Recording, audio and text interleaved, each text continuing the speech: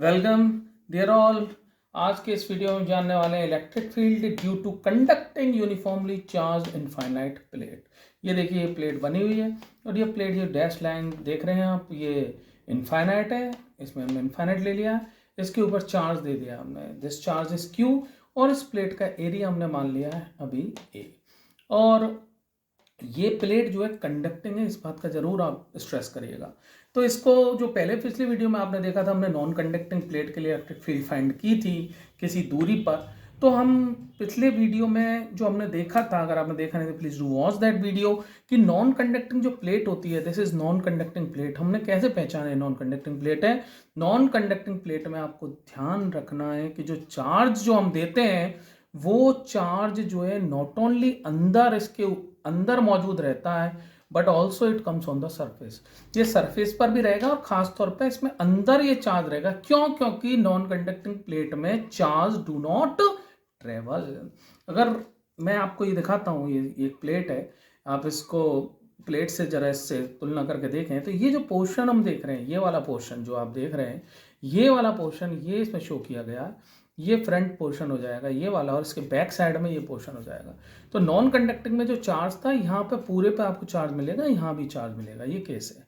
जबकि conducting plate में क्योंकि चार्ज ट्रेवल करता है, तो जरा ये वाली साइड देखिए, इसमें ये पूरी ब्लैंक है, इसमें पीछे आपको चार्ज नजर आ जाए, ये पीछे चार्ज दिया हुआ, फ्रंट में भी इसके ऊपर चार्ज है। सबसे पहला तो बेसिक डिफरेंस हमने इसमें नोट कर लिया। तो हमने जो अमाउंट ऑफ चार्ज जो इसके ऊपर दिया हुआ है, क्यू अमाउंट ऑफ चार्ज, वो इस हिस्से का एक का हमने चार्ज माना हुआ है। ये इसमें वेरी वेरी स्पेशल पॉइंट है, बुक्स में ये पॉइंट नहीं मिलता है। तो आप इस चीज़ को अभी लेके नोट डाउन कर लीजिए कि ये जो चार्ज हम क्यू मान रहे हैं, ये वाला चार्ज है जो एक साइड का, पीछे वाले चार्ज को हम इसमें कंसीडर नहीं कर रहे हैं। जबकि इसमें जो नॉन कंडक्टिंग में जो हमने जो चार्ज दिया हुआ होता है, वो पूरा होता है, इसमें अंदर भी होता है, पीछे भी होता है और फ्रंट पर भी होता है। ये डिफरेंस हमने ले लिया। अब सीधा सीधा ये एप्लीकेशन ऑफ गॉस लॉ हो गया। क्यों? सोचिए जरा। गॉस लॉ का एप्लीकेशन ये इसलिए हो गया डियर ऑल, क्योंकि इसमें हम पॉइंट चार्ज नहीं है, इसमें बहुत ज़्यादा चार्ज मौजूद है। जब बहुत ज़्यादा चार्ज मौजूद होता है तो आप अच्छी तरह जानते हैं कि हम उसको गॉस लॉ अप्लाई करके ही इलेक्ट्रिक फील्ड निकाल पाते हैं। तो इलेक्ट्रिक फील्ड के लिए हम गॉस लॉ लगाएंगे। इसमें Gauss law states summation q और epsilon nought is equal to phi T. यहाँ फाई टोटल होती है, नेट फ्लक्स होती है, और यहाँ पर फाई टी हम एक दूसरे फॉर्मूले से भी निकालेंगे, जिसमें ई ए कॉस थीटा होगा। जो ए यहाँ पर जो होगा, यहाँ ध्यान रखिए, जो ए लिया हुआ होगा इससे बिल्कुल तुलना मत करिएगा। हम जो गॉसियन सरफेस लेंगे उसका ए होगा। अब सबसे पहले, जैसे पिछली वीडियो हमने गॉसियन सरफेस मानी थी, नॉन कंडक्टिंग के लिए गॉसियन सरफेस हम मानते हैं सिलेंड्रिकल, इस तरह से आर पार जाती हुई। ये जरूर ध्यान रखिएगा, क्योंकि याद होगा आपको, मैं आपको अच्छी तरह से ये बता चुका था कि इसमें जो गॉसियन सरफेस होती है, मैं दोबारा रिपीट कर देता हूँ, गॉसियन सरफेस जो होती है, वो गॉसियन सरफेस इस ई के साथ में ये जो थीटा होगा, या तो थीटा में ऐसा सेलेक्ट करना है, या तो थीटा बने 0 या थीटा बने 90 डिग्री का। इन दोनों को ध्यान रखना है, ये बेहद इंपॉर्टेंट पॉइंट है। तो सबसे पहला काम हमें क्या करना है कि इसमें इमेजिनरी गॉसियन सरफेस हमें इस तरह सेलेक्ट करनी है कि जो थीटा हो एरिया के साथ में और ई के साथ में कैसा हो, थीटा या तो 0 या परपेंडिकुलर हो। तो इसके लिए सबसे पहला काम हमें क्या करना है, मैं नॉन कंडक्टिंग को मिटा देता हूं, यहाँ से सिर्फ कंडक्टिंग को रहने देता हूं। इसमें सबसे पहला काम हमें क्या करना है कि जो हमें दूरी पर, सपोज इस दूरी पर हमें इलेक्ट्रिक फील्ड फाइंड करनी है, तो यहां पर इस पॉइंट पर इलेक्ट्रिक फील्ड फाइंड करने के लिए सबसे पहले हमें इस ई की डायरेक्शन भी तो चाहिए, क्योंकि इस एरिया के साथ में डायरेक्शन हमें देखनी है। एरिया की डायरेक्शन तो हो गई, देखिए सरफेस से, अगर मैं सिलेंड्रिकल मानता हूं, सरफेस से आपकी तरफ इधर, ये सरफेस से, इस सरफेस से मेरी तरफ एरिया आउटवर्ड, और ये जो कर्व सरफेस होगी इससे ऊपर या नीचे आप ले सकते हैं। लेकिन यहां पर सबसे पहला काम हमारा ई निकालने का होगा। अब ई देखिए कैसे निकालनी है हमें। ई निकालने के लिए एक छोटा सा एलिमेंट ले लेते हैं हम डी ए का, और यहां पर भी एक छोटा एलिमेंट ले लेते हैं डी ए। दोनों एलिमेंट इस पॉइंट से सेम दूरी पर ले लेते हैं, सपोज R1 दूरी पर, और ये इतने छोटे लिए हैं कि ये जो एलिमेंट बन गए हैं अब पॉइंट चार्ज। तो ध्यान रखिए, इस पॉइंट पर इलेक्ट्रिक फील्ड की डायरेक्शन इससे होगी इधर की तरफ अवे, इस पॉइंट से ऐसे, और इधर से इलेक्ट्रिक फील्ड की डायरेक्शन होगी इसके अवे।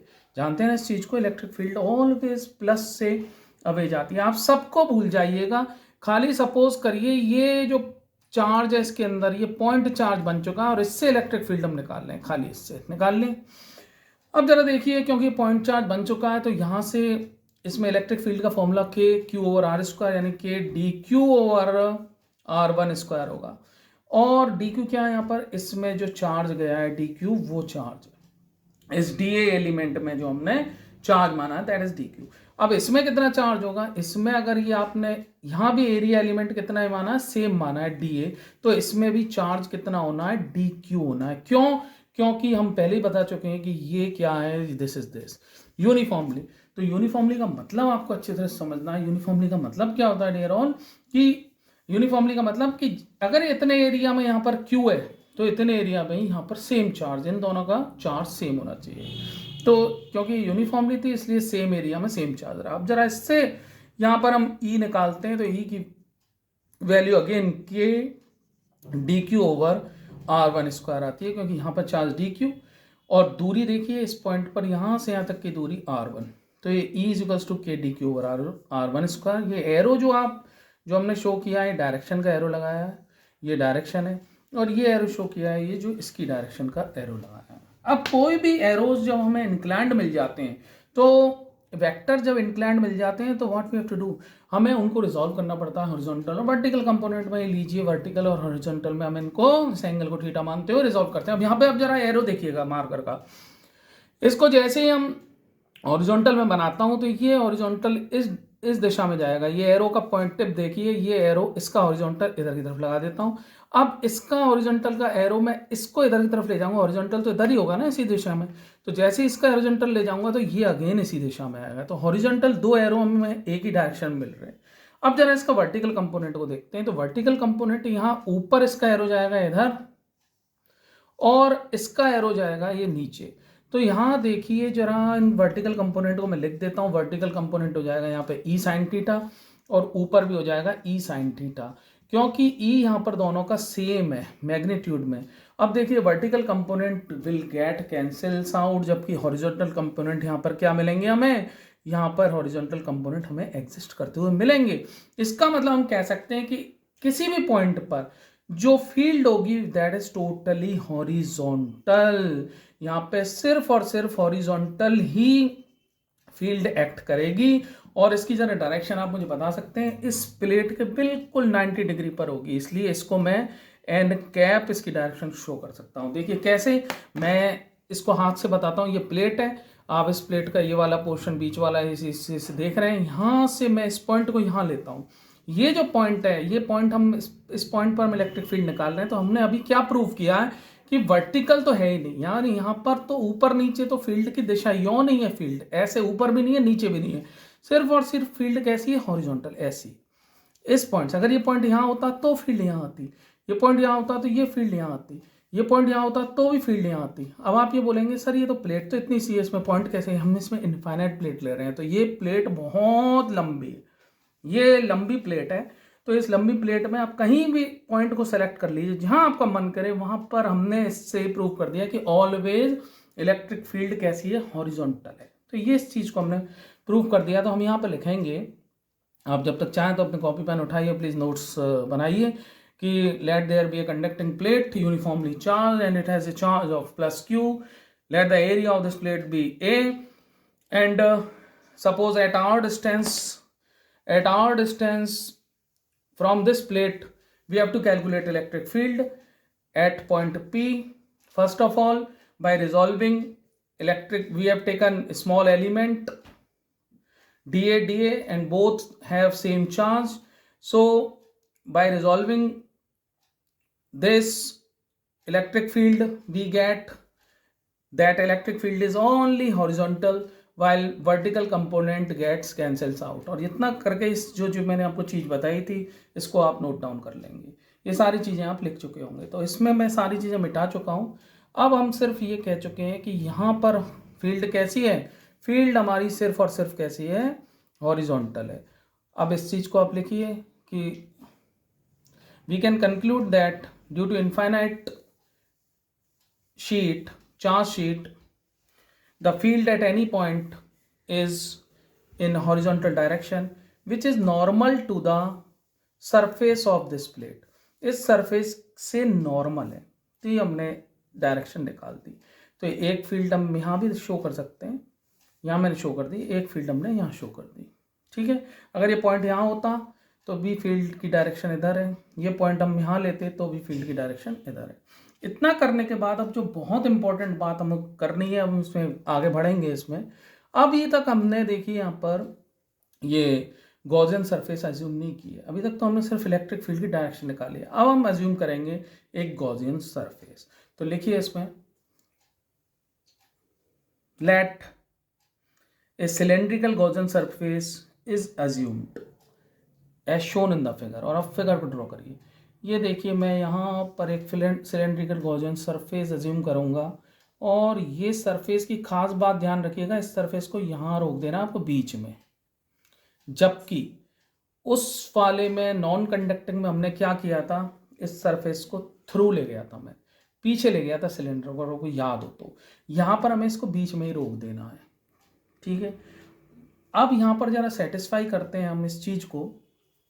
अब आपके मन में ये जो मैंने आपको बताया था थीटा इज इक्वल्स टू 0 और theta is equals to 90 degree, ये यहाँ सेटिस्फाई हो रहा है। सबसे पहले सरफेस देखिए, सिलेंड्रिकल मानिए डेफिनेटली 3 सरफेस हैं। ये 3 सरफेस कैसी हैं, ये देखिए, ये 3 सरफेस हो जाएंगी। First surface this is second surface. ये वाली जो अंदर आ रही है ना, इसमें बिल्कुल इसकी पोजीशन को अगर आप ऐसे समझें, ऐसे मैंने अज्यूम की हुई है, इसमें खाली जगह पर इसको मैंने अज्यूम किया, क्योंकि वी आर फ्री, हम फ्री हैं, कैसी भी गॉसियन सरफेस अज्यूम कर सकते हैं कहीं पे जाते हुए, बस बशर्ते उसमें चार्ज जो है एनक्लोज होना चाहिए। अब आपके मन में क्वेश्चन आएगा, सर इसको मैं पीछे ले लें तो क्या दिक्कत है? पीछे क्यों नहीं ले रहे हैं?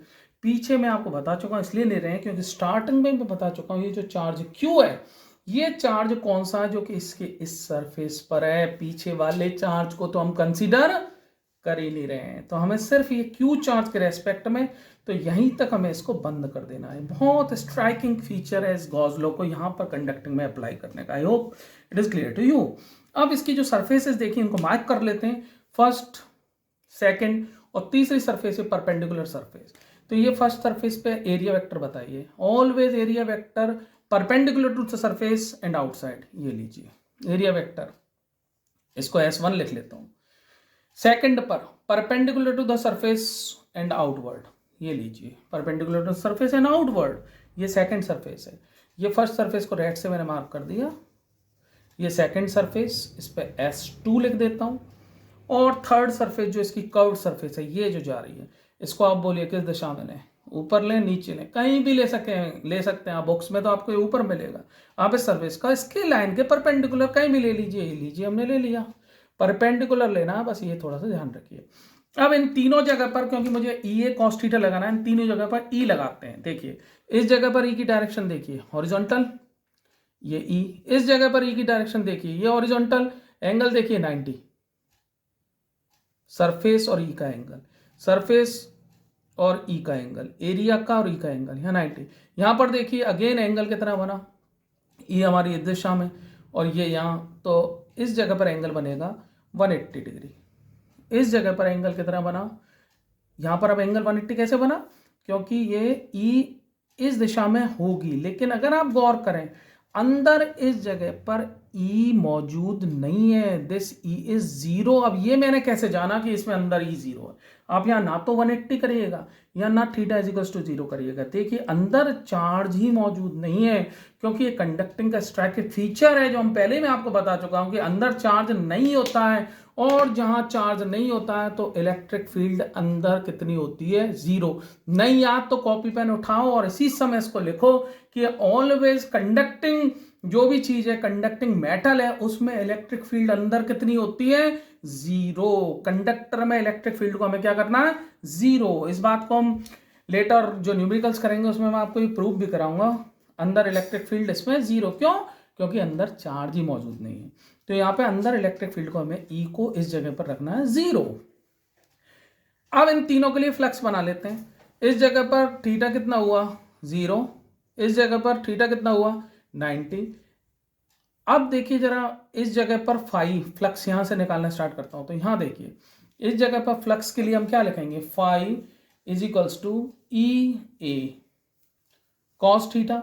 तो यहाँ थीटा रखने से पहले ही यहाँ पर E क्योंकि 0 हो चुका है, E इज इक्वल्स टू 0, तो इसका मतलब यहाँ पर फाई 3 जो थर्ड सरफेस थी, इस जगह पर हमारा जो फ्लक्स होगा वो 0 होगा। सेकंड की देखिए, सेकंड पे जैसे ही मैं लगाऊंगा तो सेकंड पे हम लगा लेते हैं इसको फाई 2 इज इक्वल्स टू ई ए, या ई सरफेस के लिए आप ई ए हम इसको मेंशन करके चल रहे हैं, पर इस एरिया से इस एरिया को थोड़ा सा डिफर रख लेते हैं, तो इसको इस एरिया को हम ई ए डैश कर लेता हूँ, क्योंकि इसका कर्व सरफेस, इसका सरफेस का एरिया लिया है, इसको ए डैश कर लेते हैं, ई ए डैश कॉस 90, अगेन क्योंकि कॉस 90 इज 0, तो फाई 2 भी हमारी कितनी हो जाएगी 0। फाई 1 को देखिए, फाई 1 जो यहाँ पे निकल के आएगी, इसको अगर आप गौर करें तो यहाँ पर फाई 1 जो हो जाएगी वो कितनी हो जाएगी ई ए या ए डैश, इसका एरिया हमने कितना माना हुआ है A dash, phi E A dash cos of angle, देखिए यहाँ पर एंगल कितना है 0, तो यहाँ फाई 1 कितना हो जाएगा ई ए डैश, करेक्ट। अब जो यहाँ पे इंटीग्रेशन और ये सरफेस जो लिख रहा है ना, इंटीग्रेशन और ये एस लिखा रहता है, इस इंटीग्रेशन का मतलब क्या है, इस इंटीग्रेशन का मतलब है जितनी भी फ्लक्स है उन सबको हमें ऐड करना है, तो ये फाई टोटल बनेगा। तो देखिए फाई टोटल जो हम बनाएंगे कैसे बनाएंगे, phi 1 plus phi 2 plus phi 3, और जब इनको ऐड करेंगे तो what we are going to get, क्योंकि हमारी ये दोनों 0 हो चुकी हैं। फाई 1 देखिए, फाई 1 तो हमारे पास में ई ए डैश है, इसको लिख देंगे ई ए डैश, फाई 2 हमारी क्या हो चुकी है 0, क्योंकि थीटा 90 था, और फाई 3 कितनी हो चुकी है हमारी अगेन 0, क्योंकि अंदर ई 0 है। तो इनका ध्यान रखना, हम अच्छे नंबर चाहिए बोर्ड के एग्जाम में, तो आपको एक चीज ध्यान रखनी है, यहाँ पे ये फाई टोटल लिखते समय इनका रीजन भी लिखना है। तो आप इसमें रीजन में क्या लिखेंगे, phi 2 is 0, why because angle between E and area is 90, यहाँ फाई 3 इज 0, तो आप लिखिए अभी पेन उठा के, since electric field inside the conductor is 0, यहां पर ये 0 किस लिए हुआ था, क्योंकि यहां पे ई 0 था, गॉट इट। तो फाई टोटल जो हमारा निकल के आया, क्या आया, फाई टोटल आया हमारा, वो आया ई ए डैश, इसको फर्स्ट मार्क करके छोड़ देंगे। अभी हमने गॉस लॉ नहीं लगाया, ध्यान रखिएगा, अभी हमने क्या नहीं किया है, गॉस लॉ नहीं लगाया है। तो गॉस लॉ लगाने के लिए ये जो सरफेस बन रही है, इसमें अंदर एरिया कितना होगा ये देखना, इसका एरिया जो है ए डैश हमने जो माना हुआ है, इसमें चार्ज कितना होगा ये देखना है। क्यों, क्योंकि फाई टोटल क्या होता है, गॉस लॉ क्या स्टेट करता है आपको पता है ना, गॉस लॉ ये स्टेट करता है कि जो समेशन क्यू है गॉसियन सरफेस में, टोटल चार्ज गॉसियन सरफेस में वो चाहिए हमें। तो यहाँ गॉसियन सरफेस में टोटल चार्ज, ये देखिए यहाँ से प्लेट बनी हुई है और ये मैंने यहाँ पर इस तरह से रोका हुआ है, तो अंदर इसमें अगर आप इसको हमने अंदर यहां से पार किया है, तो अगर मैं इसके सामने आपको रख देता हूं, तो इसमें अंदर इस पूरे एरिया में ये जो बाहर से नजर आ रहा है, ये एरिया यहां अंदर इसमें जा रहा होगा, ये यहां पर खत्म हो रहा है, जो इसमें कितना चार्ज आया ये चाहिए, करेक्ट। तो इसमें अंदर चार्ज के लिए समेशन क्यू क्या होगा, समेशन क्यू क्या होगा, समेशन क्यू क्या होगा, चार्ज इनसाइड गॉसियन सरफेस। तो ये ही सबसे इंपॉर्टेंट चीज है इस पूरे हमारे इस conducting uniformly charged infinite plate की इलेक्ट्रिक फील्ड निकालने के लिए कि इसमें अंदर जो समेशन क्यू है उसको कैसे लिखना है जरा देखिएगा। आप देखिए हमने पूरे प्लेट का एरिया माना हुआ है ए, इसका माना हुआ है चार्ज क्यू। तो देखिए पूरी सरफेस पर चार्ज जो है ए पर, पूरे ए एरिया पर चार्ज हमारे पास में क्यू है, तो 1 स्क्वायर पर चार्ज होगा क्यू अपॉन ए, और जो हमारा जो मानना चाह रहे हैं हम जो चार्ज कितना ए डैश एरिया पर, वो कितना हो जाएगा क्यू अपॉन ए इंटू ए डैश। और आप अच्छी तरह जानते हैं क्यू अपॉन ए को हम क्या बोलते हैं, क्यू अपॉन ए को बोलते हैं चार्ज पर यूनिट एरिया, जिसको सिग्मा से रिप्रेजेंट करते हैं। ये हम पहले ही इस चीज को यहाँ पर बता चुके हैं, तो सीधा सीधा सा इतना मैथ करने की आपको जरूरत नहीं है। आप तो क्या करना है, जो चार्ज निकालना है उसमें पूरा सिग्मा से उठा के उस एरिया को मल्टीप्लाई कर देना है, हमारे पास में चार्ज आ जाएगा।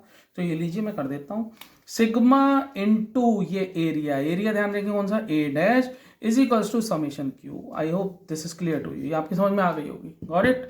बस अब हमें गॉस लॉ हम इसमें आसानी से लगा सकते हैं, तो मैं ये देखिए गॉस लॉ लगा देता हूँ। गॉस लॉ किस तरह से हमें लगाना है, गॉस लॉ लगाने के लिए let me take some space here, मैं इन सब चीज़ों को मिटा देता हूँ। अब देखिए गॉस लॉ लगा देते हैं। गॉस लॉ बोलता है कि फाई टोटल जो होती है वो कितनी होगी समेशन क्यू, और समेशन क्यू अभी अभी मैंने क्या बताया था, सिग्मा के साथ में ए डैश को मल्टीप्लाई करिए इस एरिया को और नीचे एप्सिलॉन नॉट इसका उठा के रख दीजिए, दैट इज ओके। तो इसको 2 मार्क कर लेते हैं, ये 2 और फर्स्ट इन दोनों को इक्वेट करेंगे क्योंकि फ्लक्स देखिए दोनों जो फाई टोटल इन दोनों से LHS सेम होती है। तो यहां लिखिए since flux is same, so equating right and RHS of the first and 2 we get क्या मिलेगा हमें, E A dash is equals to इसका ये RHS इसके RHS से इक्वेट कर जाइए sigma A dash over epsilon naught, correct. तो यहाँ A डैश से A dash will get cancel out, तो हमारे पास में जो फाइनल एक्सप्रेशन बनी वो बनी ये। ध्यान रखिएगा ये किसका है, this is the expression for electric field at a point for conducting charged infinite sheet। और नॉन कंडक्टिंग के लिए ध्यान रखिएगा ये जो E आता था वो कितना आता था, दोनों का कंपैरिजन ही बता के चल रहा हूं आपको, ये आता था। यहाँ ये चीज बहुत इंपॉर्टेंट है आपको जो ध्यान रखनी है। अब देखिए ये कंडक्टिंग में जरा आप एक चीज को ध्यान देखिए इसमें, क्योंकि E की बिल्कुल डिपेंडेंसी R के ऊपर नहीं है, यहां पर R नहीं है। तो यहां एक स्ट्राइकिंग नोट डालिए, अभी लिखिए इसमें, since this expression of electric field is independent of distance from the plate. ये देखिए मैं क्या कहना चाह रहा हूं कि ये पॉइंट जो है यहां होता तो इलेक्ट्रिक फील्ड कितनी आती, सिग्मा ओवर एप्सिलॉन नॉट। यहां होता तो भी इतनी आती, यहां होता तो भी इतनी आती, हर जगह पर इतनी होती। और इधर भी देखते ना तो इधर भी इतनी होती। हमने एक साइड की जितनी निकाली है उस साइड पर, बाकी इस साइड पर भी होगी, क्योंकि आप ये मत भूलिए कि इस साइड पर चार्ज नहीं है, इस साइड पर भी चार्ज है। तो इस साइड पर जो चार्ज है यहां भी इलेक्ट्रिक फील्ड दोनों साइड में कितनी है, सिग्मा ओवर एप्सिलॉन नॉट। तो ये नोट करिए, since electric field in this expression is independent of a distance, so a graph between electric field and R will be of following type। अगर E और R के बीच में आप distance खींचते हैं एक किसके, कंडक्टिंग प्लेट के लिए, तो ये आपको एक क्या लाइन मिलेगी, this will be straight line, इस तरह से मिलेगी।